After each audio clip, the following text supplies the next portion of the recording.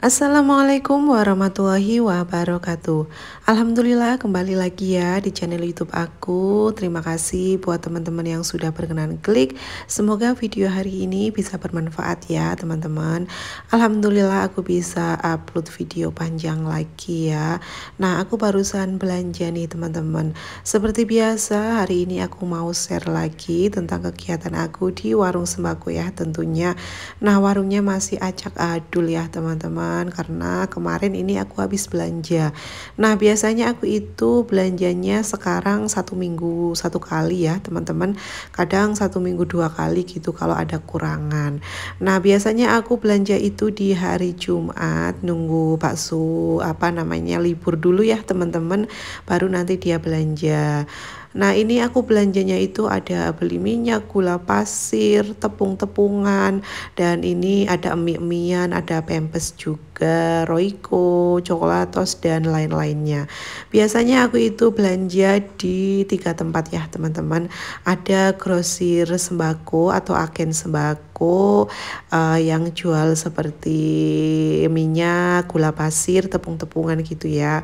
Dan di agen satunya lagi seperti jualan sabun-sabun, Royco, emi-emi gitu ya. Jadi berbeda agen gitu ya teman-teman.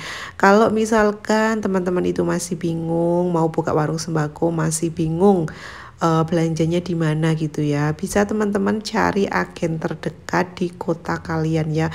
Itu banyak banget ya teman-teman, mau agen ataupun grosir itu banyak banget.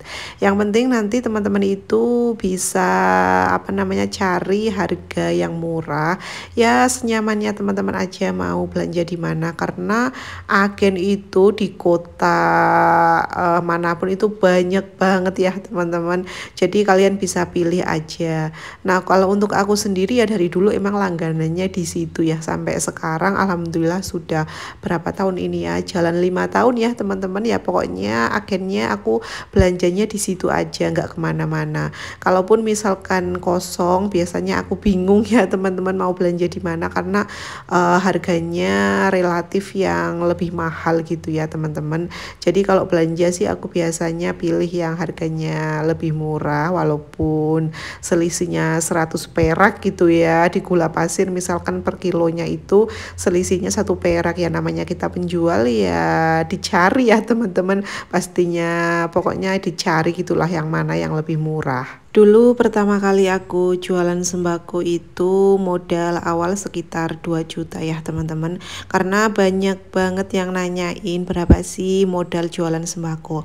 Tapi kalau sekarang mungkin minimal 5 juta deh ya teman-teman untuk buka warung sembako, karena kalau 2 juta kayaknya kok mepet banget ya. 5 juta itu bisa kita belikan rak murah-murahan, kita bisa beli bahannya aja dan dibikin sendiri ya, kita bisa beli papannya yang murah-murah gitu. Terus nanti sisanya bisa kita belanjakan ke barang ya. Belinya itu nggak usah banyak-banyak dulu, kita stoknya dikit-dikit aja dulu ya. Dan untuk modal jualan itu yang paling terpenting ya menurut aku pribadi, itu modalnya itu jangan sampai hutang bank, apalagi misalkan hutang bank yang keliling itu loh teman-teman, rentenir itu jangan sampai ya teman-teman. Karena kalau misalkan cicilan bank, cicilan hutang itu kan pasti ya, pasti harus kita bayar. Tapi kalau jualan itu pendapatannya belum pasti teman-teman. Makanya buat teman-teman yang mau jualan, mau buka warung sembako itu, kalau belum punya modal itu sabar dulu, kita bisa nabung dulu ya. Jangan kita itu pengen cepet jualan gitu, modalnya hutang di bank, yang hutang bank keliling gitu ya. Itu aku jamin sih teman-teman, warung kalian itu nggak bakalan berkembang, bukannya berkembang malah warung kita itu bakalan bangkrut. Karena apa? Penjualan kita belum tentu, belum dapatnya gitulah ya, untungnya belum seberapa, udah buat bayar cicilan yang besar yang banyak. Apalagi kalau bank keliling itu kan itu bunganya itu gede ya teman-teman. Warung sembako itu untungnya nggak banyak, makanya dihindari sekali ya teman-teman untuk berhutang bank. Tapi lain kalau misalkan usaha kita memang sudah jelas gitu ya teman-teman, warung kita udah besar, udah berkembang gitu, terus masih butuh modal, kita hutang bank gitu ya masih mending lah ya, kita masih bisa nyicil karena warung kita udah jelas nih penghasilannya sekian, berani kita hutang bank itu.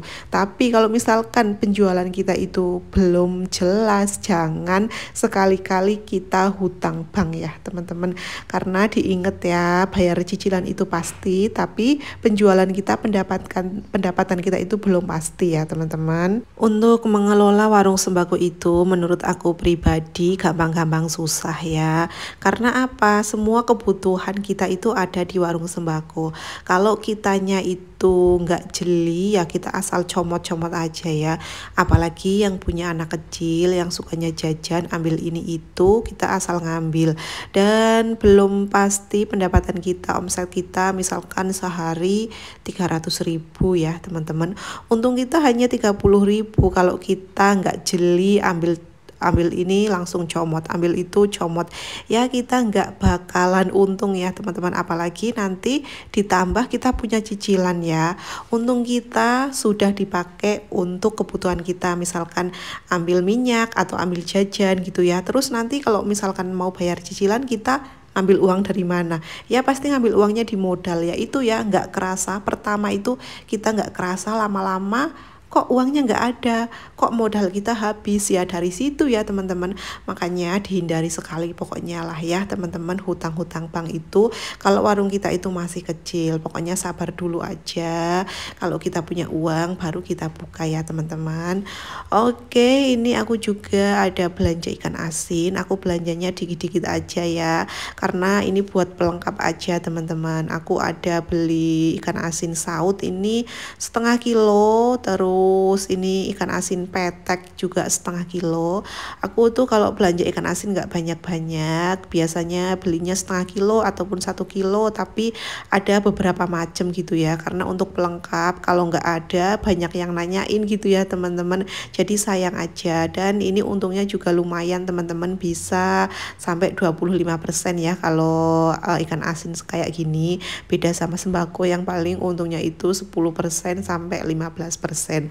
Nah ini mau aku jemur dulu, nanti kalau udah dijemur mau aku taruh di toples atau storage gitu ya, biar ikan asinnya itu nggak dirubung lalat, terus nggak disemutin, terus nggak dimakan tikus gitu ya teman-teman, karena ikan asin itu rawan banget disemutin, rawan banget serang hewan gitu ya. Jadi sebelum dimasukin ke storage kita wajib banget dijemur dulu biar dia itu kering ya, karena ikan asin kan lembab ya teman-teman, karena dia asin jadi itu lembab berair gitu, pokoknya harus sering-sering dijemur. Nanti kalau misalkan udah agak berair ya kita jemur lagi ya. Pokoknya kalau jualan ikan asin tuh telaten ya teman-teman. Oke, sampai di sini dulu video hari ini, sampai jumpa besok lagi.